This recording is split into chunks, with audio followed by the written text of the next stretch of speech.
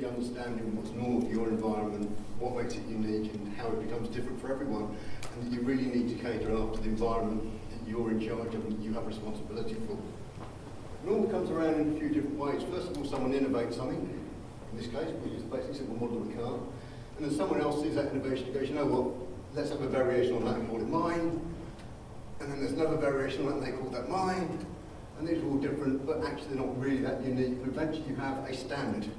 And across the standard you have a slight variation, but by and large the standard is then what becomes acceptable, and everyone takes that standard as being normal and everyone applies to that standard. The problem is the world moves on. By way of example, the Ford Capri.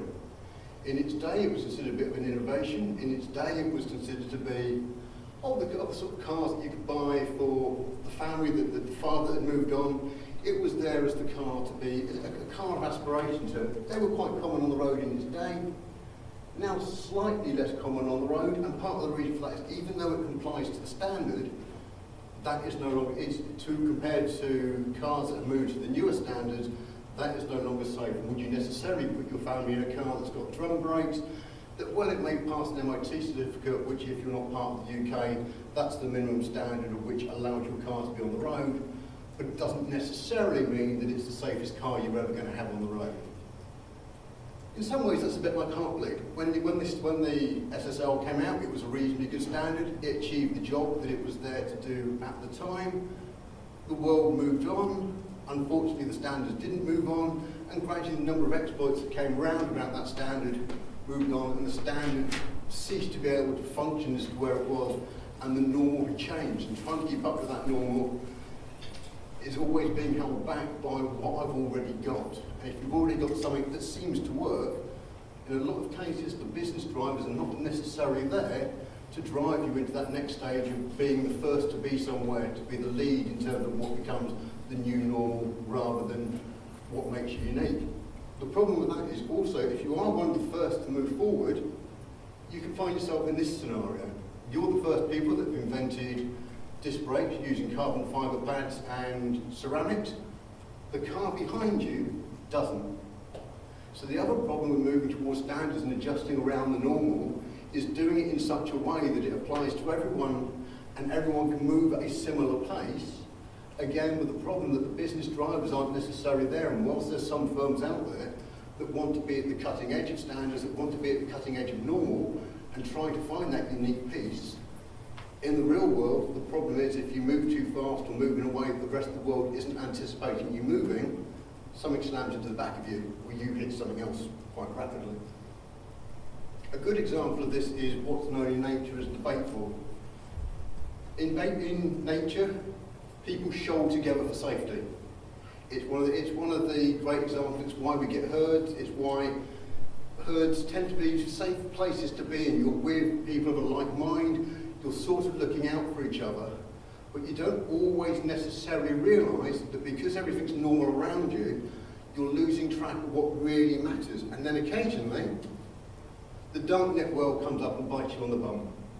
The thing is about the darknet world is that you hear the stories about the darknet world, you hear the heartbleeds, you hear the stories about the vulnerabilities that have a name, the companies that have an attack named after them, the Sonys, the Ashley Madisons. But in reality, those are rare events. Those are the ones that make the news, and those are the ones that your board may make a phone call down to you in information security and say, are we covered off against this? I've read this in the paper, it was on the news, does this impact us? And the answer is yes, it probably does, but that's not what's going to impact you most of the time. Most of the time it's looking out for the smaller issues that will actually deal with you. And again, using nature and as an analogy, you're more likely to be taken out by a skipjack tuna than by the darknet whale, because it's those small vulnerabilities that affect your company and your company only that really present the biggest danger to your company. So it's understanding what's normal in the environment around you and learning how to react in the environment around your company that makes your company more safe and more secure, rather than following the trends in the computer press, whatever that says you must have this, you must have that. Actually, it may not apply to your company. Your company is a unique company. And quite often, the stuff that's in the press is about the telcos, it's about the banks, it's about the big companies that actually are newsworthy stories. And the chances are, most of the stuff that's going to come around isn't going to be that newsworthy, it isn't necessarily going to apply to you because you don't need the same level and standards in order to drive your business forward. Unique is quite a strange thing. As I said, it's all about understanding what's unique to you. This is the sand lizard. In Britain, it's very rare. If you find a sand lizard in the northeast, it's a newsworthy story. In Dorset, you only ever hear about sand lizards because they stopped developing. So because in Dorset they are a normal creature to discover, they cease to become newsworthy, even though in reality they are quite a rare event, but you've got a concentration of them, and you need to factor in what may be common for your area, or for your group, or for your people, or whatever, that may be different from a group that's working for the same company in a different part of the world, that has a different environmental impact, and a different culture, and a different series of events. You know, your marketing department may be in one area, they will have a completely different set of requirements for their normal than the normal that's required for the accounting department, or the normal that's required for the printing department, or the normal that's required for the guys at the back. And you need to have a strategy that understands everyone's normal. I'm going to use a quick example in terms of this understanding normal piece. There was a call centre that believed it was secure. In terms of the call centre, the only thing that the call centre staff had on its desk was a white dry pad and a white dry marker, yet still they discovered that credit card numbers were going missing from the call centre. They weren't quite sure how the credit card numbers were going missing. And a member of the public spotted one of these boards being lent up against a window over the lunch break. And on the board was the credit card numbers. And someone across the road was reading the credit card numbers off. And someone was asking, well, why wasn't that spotted earlier? And someone who lived across the road said, we saw it every day. It was normal. We just assumed that people put the... It was only when someone spotted something being different from that normal that it got reported back in, and the credit card company and the call centre did something about it. Unfortunately, the thing they did about it was virtually brick up the windows and make the environment even worse for people working. But it was understanding and reacting to the normal that had then changed and adapting and moving on into that piece. Similarly, as I was saying earlier, normal for different people is different. Cyclists, most people would use the bridge. That would be considered normal. There's an awful lot of cyclists that would use the ford and go cycling across the ford. You need to decide in your strategy whether you accommodate the normal or you try to force people into taking the normal for other people. And pragmatically and reactively, you will find that if you try to adapt in and bring other people's normal in, you will find a far more successful strategy, because people will then buy into it far easier, because you're accepting what they consider to be normal, and even though it creates a unique strategy in your business, what you are doing is achieving the security because people are buying into what you're trying to achieve. Understanding normal also involves understanding the environment you're working in. Here I'm going to use another example. There was a company, a large bank that I won't name, that had a print room. The print room was normally operating at about 60 to 70% capacity. It needed the far bigger capacity for certain times a year. There were quite a lot of increase in end of tax year, end of their business year, end of those pieces. One of the guys operating the print room didn't realise that actually he had capacity to sell services to other people. Didn't get permission for it, went ahead and did it anyway. He signed off all the paperwork, all the orders, and the technology staff that serviced the machines, they weren't aware of why the printers were being used more often. The staff went in, he accepted the excuse of the engineers, so there was no one there that would pick out what was unnormal, except for the accountant, who suddenly realised that they were using way, way, way more toner than they ever did. An inquiry got launched, and that was because the accountant understood what was normal for that area, and was then able to spot what was different and what was unique. Uniqueness is a strange thing as well. Ladybird, everyone recognises the ladybird. One of the things you probably don't know about the ladybird is that it tastes disgusting. It's one of the reasons why a lot of birds don't eat it. It's one of the reasons why it's pretty much sometimes gets up to plain proportions. It's quite a safe creature if you're a ladybird. There's not a lot of enemies that you've got. That's one of them, and that's a spider. It looks very much like a ladybird. It eats aphids the same as ladybirds, and if there's not a lot of aphids around, it eats ladybirds.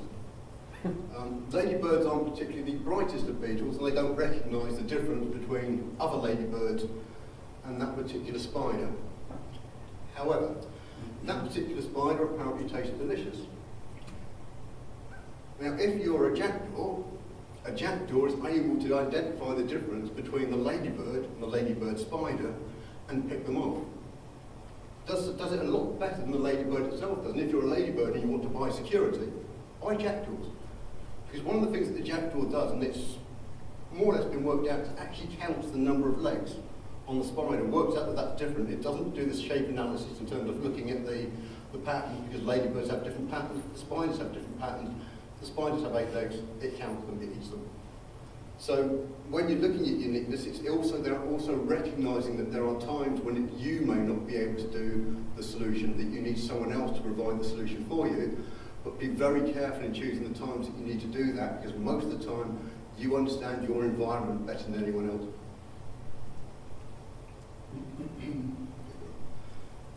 Another issue, if you were expecting to see a picture of an actress today, and I suspect that you probably weren't, Peggy Mount OBE is probably not the one you were looking to see. I'll come back to Peggy later.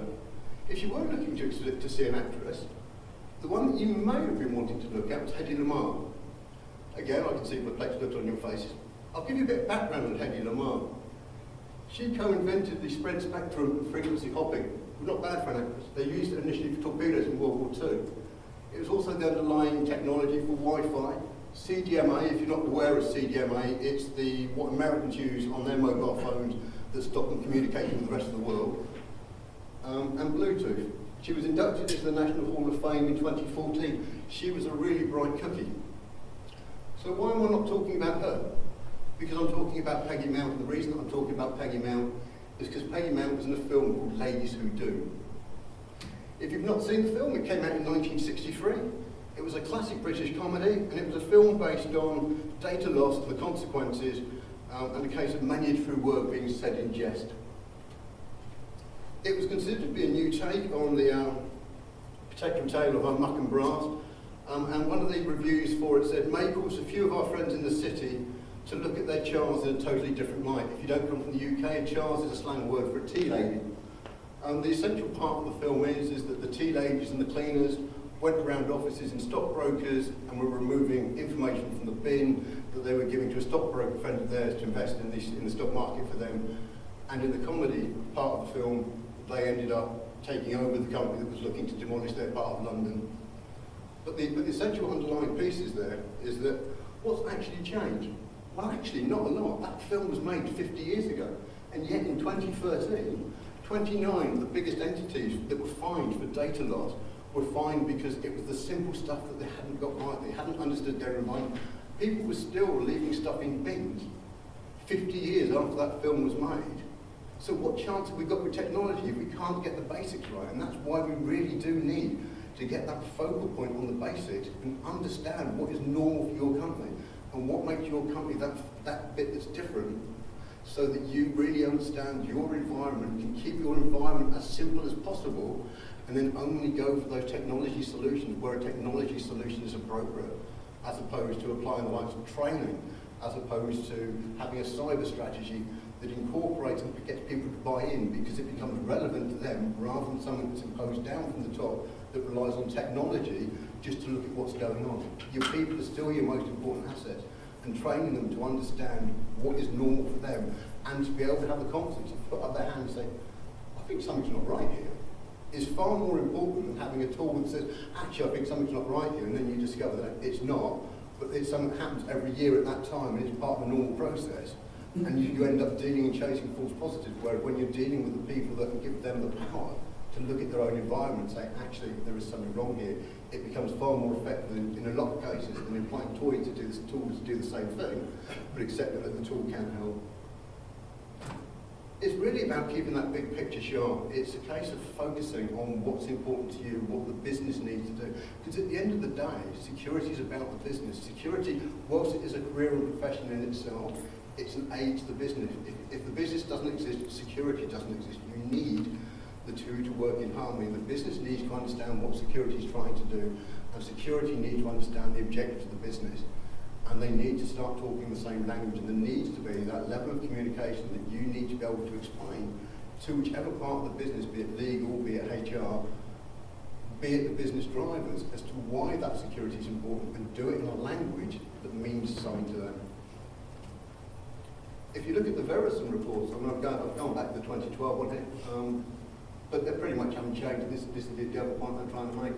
In terms of the discoveries in Verizon, most of them, there you go, 97% of the breaches were avoidable. Only 3% were down to what we call it a 0 day, call it an unavoidable event. Of those ones, to defend against them, 96% were not difficult to defend against.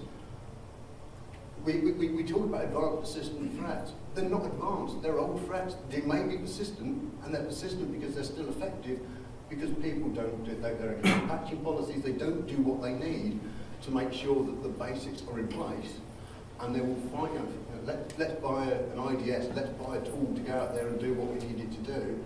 And actually, if you haven't patched a system, it doesn't matter if you've got an IDS, because it's still going to, it's going to work. So understanding normal really is about recognising what's normal for you. It may look different. It may not be what you in your department expects to be normal, but that's because it's a different role. Normal needs to be focused on what a department considers to be its normal, and only then can you really start picking out the differences. You need to identify what is different. You need to identify if that change has come in, why you need to adjust to that change, and then look at that change as a whole. And if you decide that technology is the answer, then you are applying the technology in an appropriate way to carry out the duties that you need it to do, and understand what's going in, what the process is inside the tool, and what's coming out, and what due diligence that gives to you to allow you to understand whether there is genuinely a threat there, or whether it's just something that happened. And lastly, don't be distracted. It's very easy to get picked up by the bells, the whistles, the salesman that's coming in and saying, you need one of these, we've got a really great product that will solve all of your security needs, we can solve your network problems. Actually, most of your problems fall within the scope of you to solve yourself. It's just a case of pinning it down and making sure that you really do understand, and that's the key, is understanding your own area, and that is the thing that is unique to your company.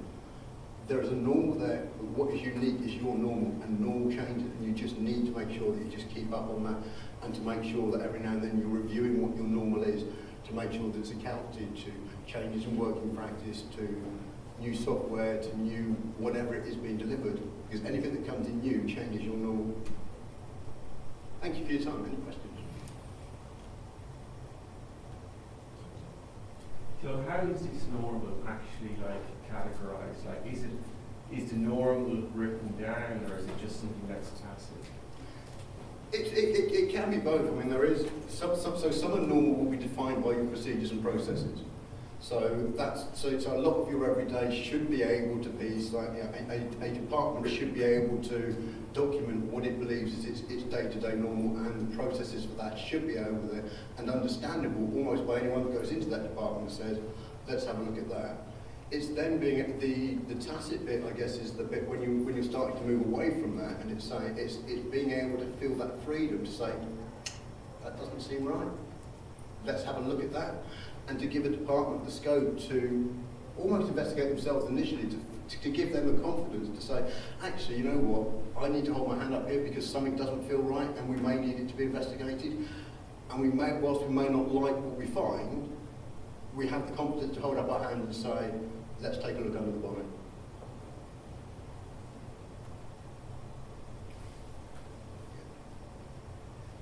A lot of attackers today appear normal in the network. Yeah. If they emulate normal to almost perfection, how then will you find out that they are not normal? That's the one. If they're emulating normal to almost perfection, then I would say down to luck. Because really, if you've got to the stage where an attacker has got into your organisation, the depth, where they understand what your normal is from the outside, and are able to replicate that level of normal, detecting them is difficult. It's not the answer to everything, but if you understand what's normal, if for example, it's there that you start seeing is the small increase in network traffic normal? It's trying to find those small differentiators that people that really understand what they're doing should be able to pick it out. And it may not be something that's happening in the department that's under attack that gives a clue. In the same way with the printing example, it wasn't anyone in the printing area that picked up the change because they were explaining that their normal had changed. It was the guy in the accounts office that picked it up because he hadn't been informed of the change. So it is, if someone's in deep, it is very difficult, but normally there is that piece there, and trying to find that is that needle in the haystack situation. But by understanding your normal, you are at least getting rid of a lot of the hay around it and finding your chances of getting that needle have gone up, if that makes sense. Any more questions? So like, are there any parallels in other industries that we can look at actually kind of show where this normal, abnormal can be applied? I think it's one of these things that applies in pretty much any industry. It really is about looking at what not the company as a whole does, but what is normal for a particular section. And a lot of it is about self-analysis. So if it's looking in the marketing department, what is normal in terms of or HR departments? HR departments are probably another good example because they are probably a bigger threat, and it's because they open more attachments and open various bits and pieces like that.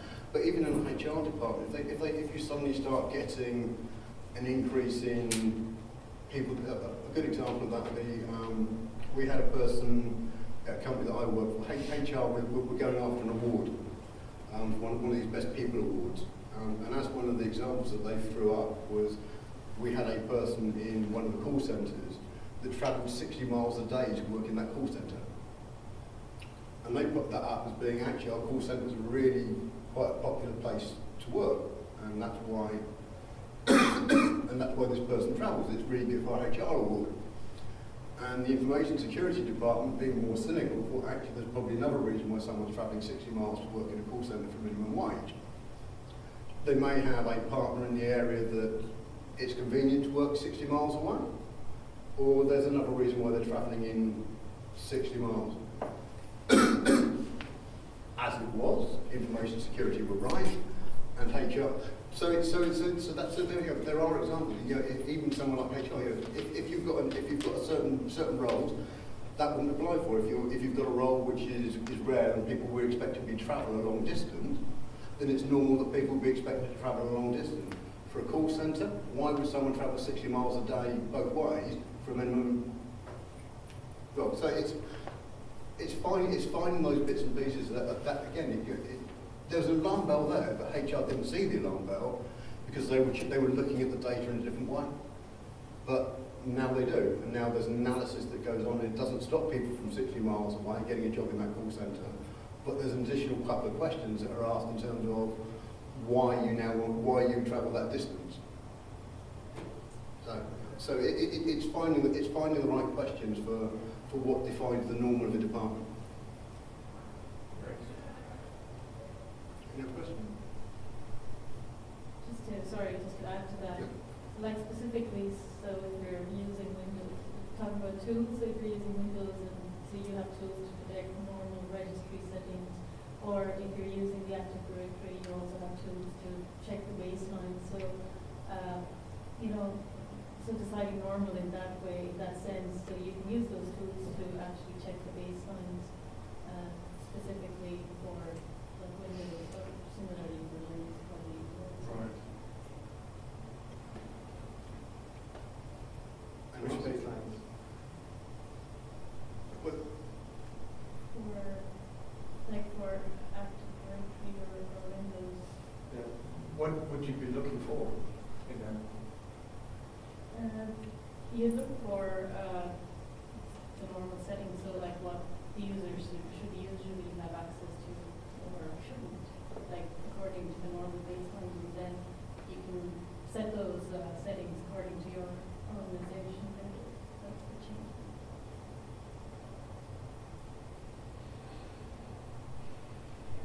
Well, it's a normal.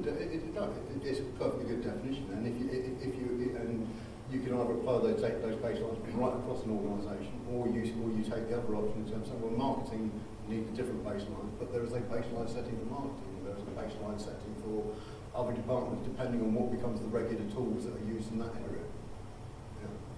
Other companies, there was a regular policy that we will only have PCs on the floor, well, except for marketing, they can have Macs. That, so the normal for marketing being that the normal is they are an exception to a number of the rules, but the Macs still had to be defined as to, all the Macs still had to carry AV, all the Macs still had to carry a certain level of normal before they're allowed on the network.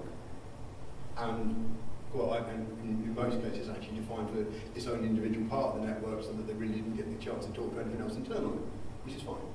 But that's, again, it's that understanding what's normal for that department, and then building it into your overall, and then just doing that regular review just to make sure that normal hasn't changed too much in terms of what we've now changed. We've been out with the latest tool, and actually we want to test that before it becomes the norm.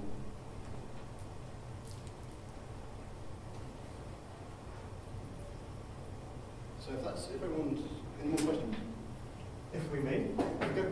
I can see normal, as you defined it here, applying to detecting insider threats.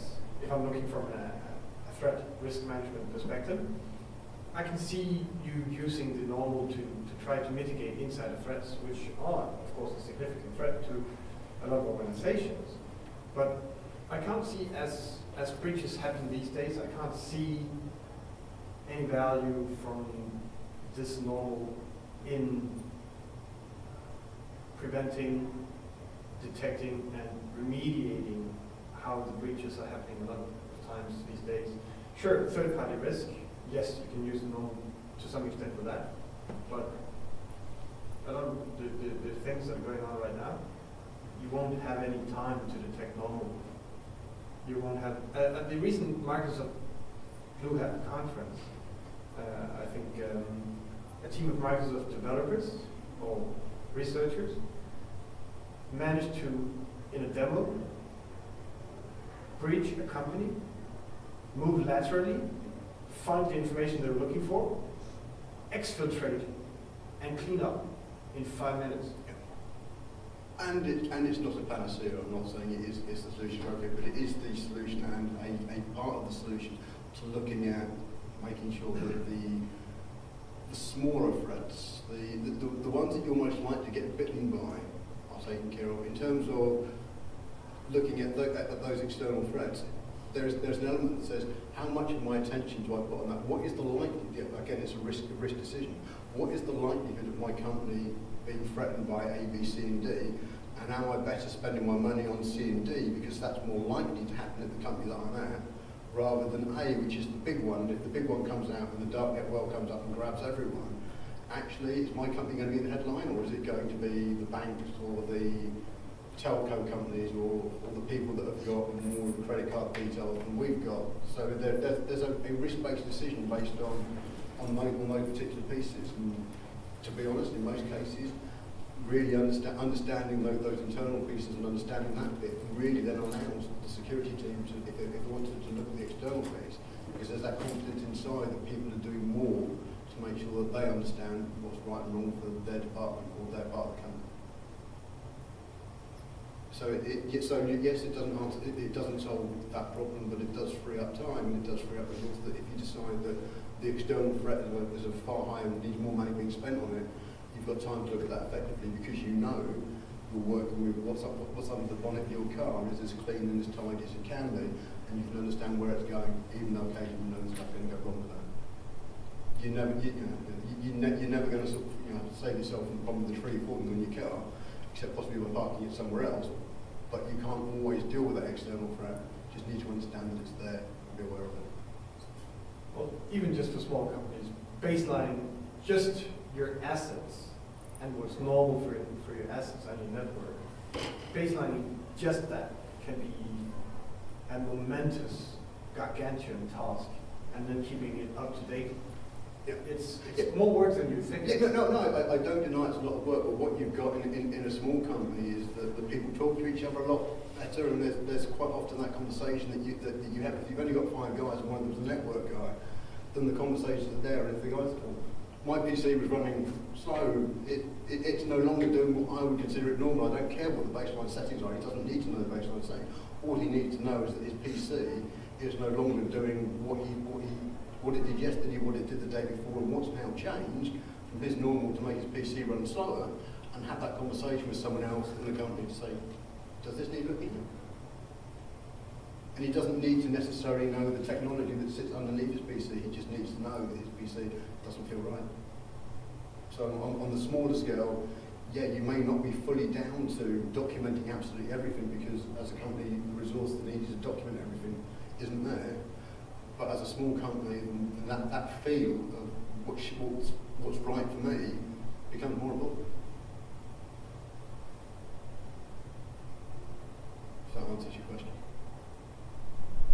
Because you can't always apply that technology piece that says, you know, I'm constantly monitoring my baseline, I'm constantly doing this, that, and the other. But I've got someone or more likely in one of those companies, you've got third-party IT support that come in once a week or once a month to have a look at your systems and say.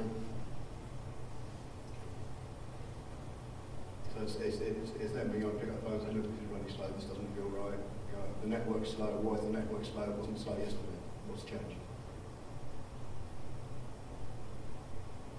Any more?